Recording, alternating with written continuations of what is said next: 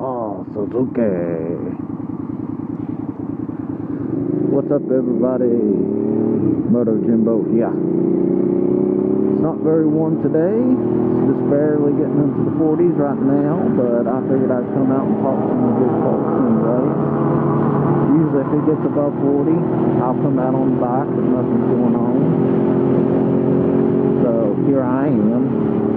Hope y'all had a good new year, and if you did a New Year's resolution, I hope that's working out for you so far.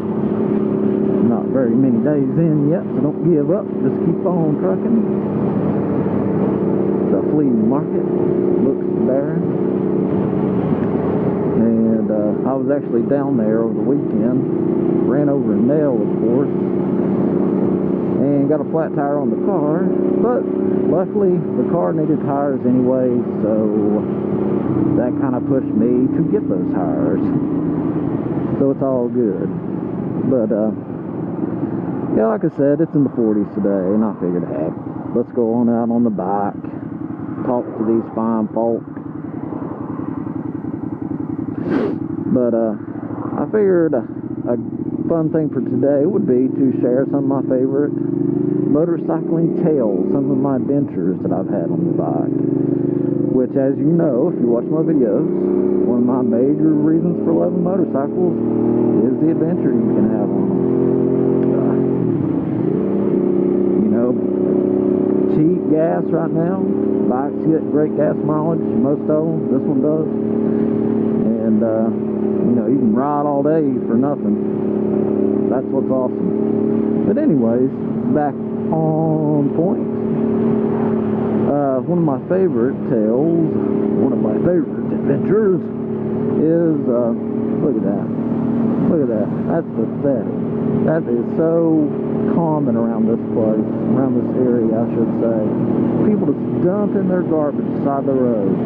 And nothing really, it just gets me like that. I can't stand litter bugs. Just throwing stuff out the windows. Dumping shit beside the road. Come on, people. Get a little bit of class. Yeah. Sorry. Anyways, back to Motorcycling Tales Volume 1. Over the summer, I thought it would be fun to try to find a friend of mine's old house. He was a friend of mine when we were in my elementary school. Probably from the time I was about 9 to 12, we were really good friends. And he lived way out on this country road, out in the middle of nowhere. Had a beautiful house back there, though. So over the summer, I decided I'm going to go try to find that house, because, it's been since I was 12 years old since I've been there. So I decided, let's go find this place. And so I head out that way near where it's at, and I'm not even exactly sure what road it is, excuse me. I'm not even sure what road he lived on. But I had kind of an idea, and so I took the road I thought was it, and things started to look familiar. I was on a tiny, barely big enough for two cars to be on kind of road, like, one of those where if somebody's coming, you got to get off to the side and slow down, let them get by you, or they have to do that for you, whichever. And, but anyways, it's paved, I'm doing good, things are looking familiar, I know I'm on the right track. But I know, eventually, that this road's going to turn to gravel, or at least it should, because that's the way it used to be. So unless they paved it, that's what's going to happen. So I'm ready for that. He's trying to catch me riding dirty. So unless they paved this road, which I really doubt, because like I said, it's out in Egypt. That's way out there. Unless they paved this road, I'm ready for some gravel action. Apparently, my memory, betrayed me. It was gravel, all right, but it was also rutted out, and it was barely big enough for one car to fit on. And I'm committed at this point. I get on this road. It's tiny. It's narrow. There's no way for me to turn the bike on this little road, because at this point I'm on a downgrade, And, you know, like I said, the road is narrow, so I can't turn the bike because I know I'm going to fall if I do this. So I keep going down this little hill. I'm committed, and I'm like, I got to do this. I'm going to find this house. You know, I'm having a good time. Very adventurous time. And then it dead ends at somebody's house. And it's not his house that he used to live in. So I'd taken a wrong turn somewhere.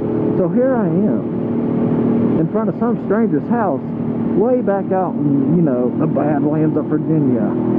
And I'm like, somebody's going to come out here and give me a hard time. Or somebody's going to come out here with a big shotgun and run me off. And the road is still narrow.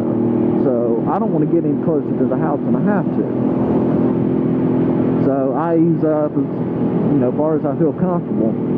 And here comes, I kid you not, at least 10 chihuahuas just belting at me, just, you know, just going nuts, running at me. So I'm like, oh, shit. So here I go. I was like, I'm going for it. I'm turning the bike around. So I start trying to turn the bike around.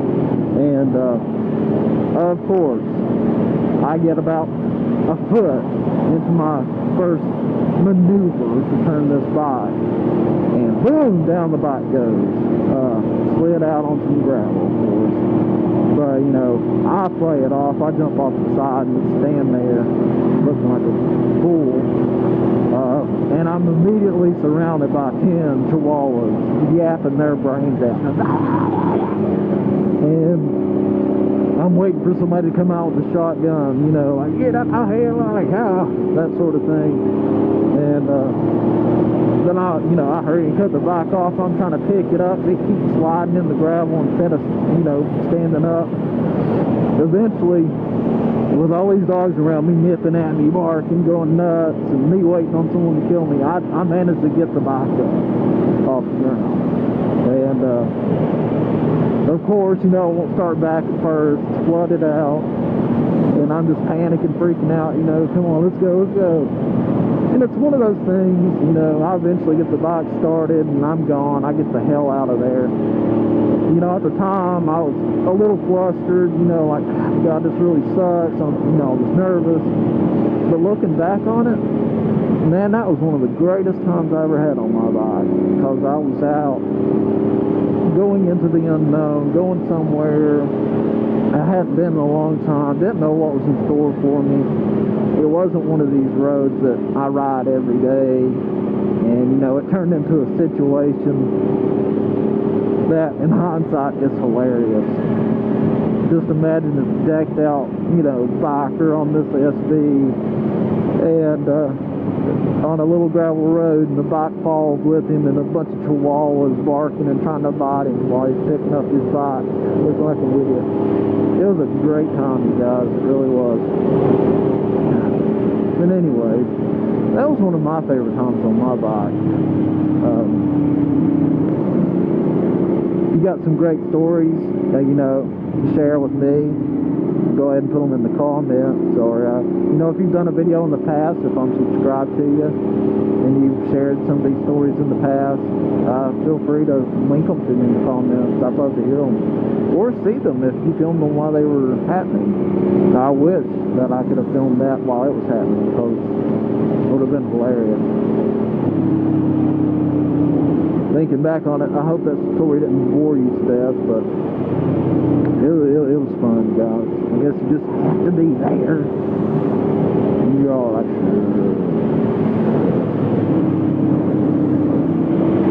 but going back to the weather, because you know how I love talking about them weather. Like I said, it's barely in the 40s today. It's supposed to be back up near 60 by Saturday, so you probably get another video then.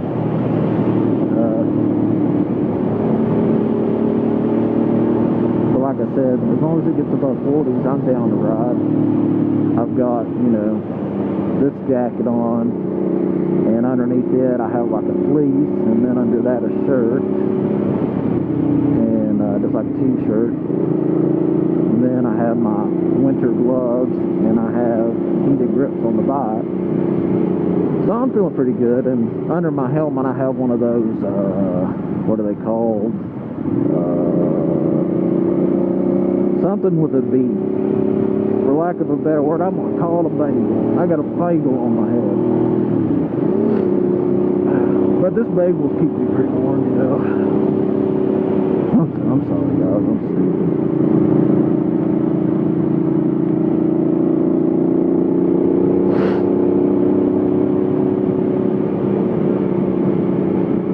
I watched a MotoVlogger a while back, one of his videos. I believe it was Lead Pen. I was going back through some of his old videos and just rewatching them because he's a good time. And he talked about how it was either all motovloggers or all motorcyclists. I can't remember how he worded it. As soon as you put your helmet on or you start motovlogging or some shit like that, as soon as you do that, you sniff more than it, you know, you sniff all the time, I guess basically is what he was saying. And it's true. As soon as I put my helmet on, it's like I suddenly turned into Tony Montana or something, you know. I got like a table full of cocaine in front of me. Stay right there, shit, truck.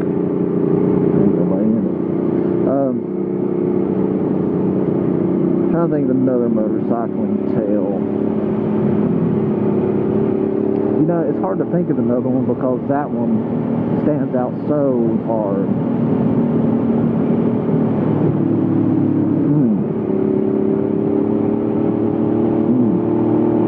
Oh, here's a good one. Back when I first got into, well, not when I first got into, when I first decided, you know, I'm going to take the plunge, I'm going to get something to ride on the street. That's when I got a scooter. So I'm out in the countryside, probably, I would say a good 3 miles from any sort of gasoline. And so I'm out there on this scooter on a country road, kind of like this, a little bit further out in the country than this, believe it or not. And sorry, I'm just concentrating. Anyways, let me start that story over.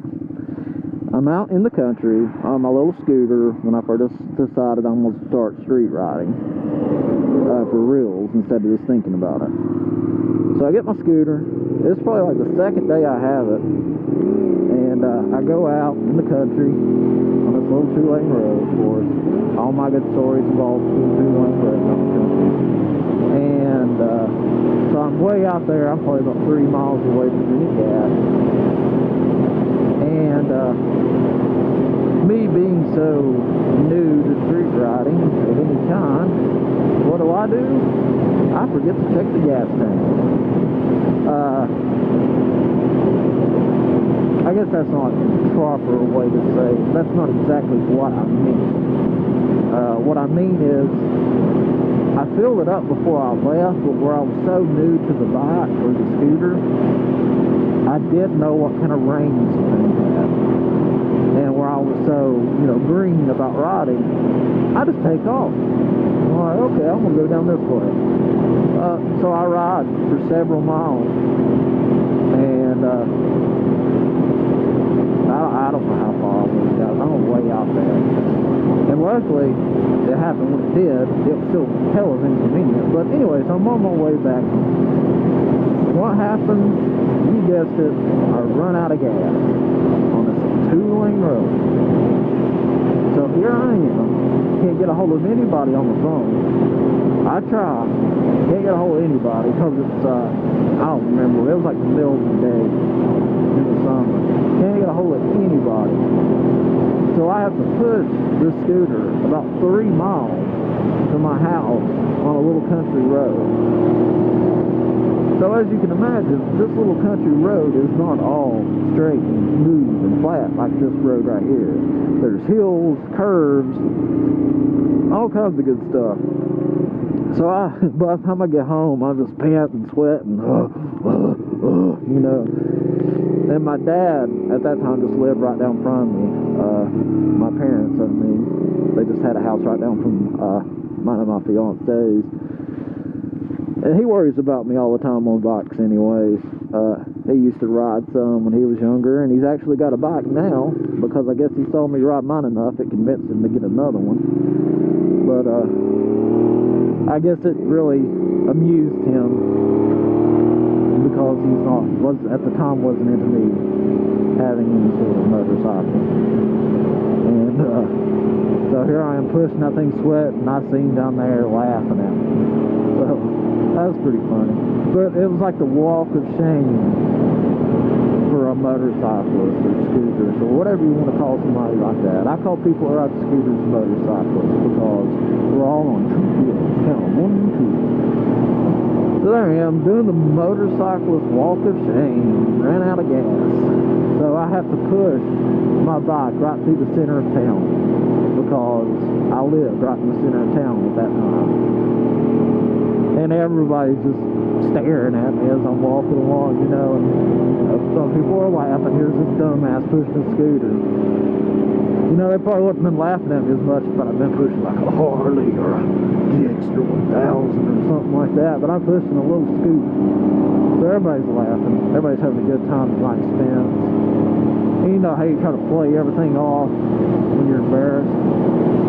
That's what I'm doing. Some lady was coming out of the store and she was staring at me. It was like, I ran out of gas. And she just, you know, did that thing where she turns her head and pretends not to see you there. So nobody wants to talk to somebody riding the street. I do, but most people don't. But yeah, that's probably two of my favorite tales, you guys. Sorry that I rattled so hard at you this time. But I hadn't been on the bike in a while, and I felt like talking to you all. So I hope you enjoy this video. We'll just keep the camera running in case something interesting happens, like my death.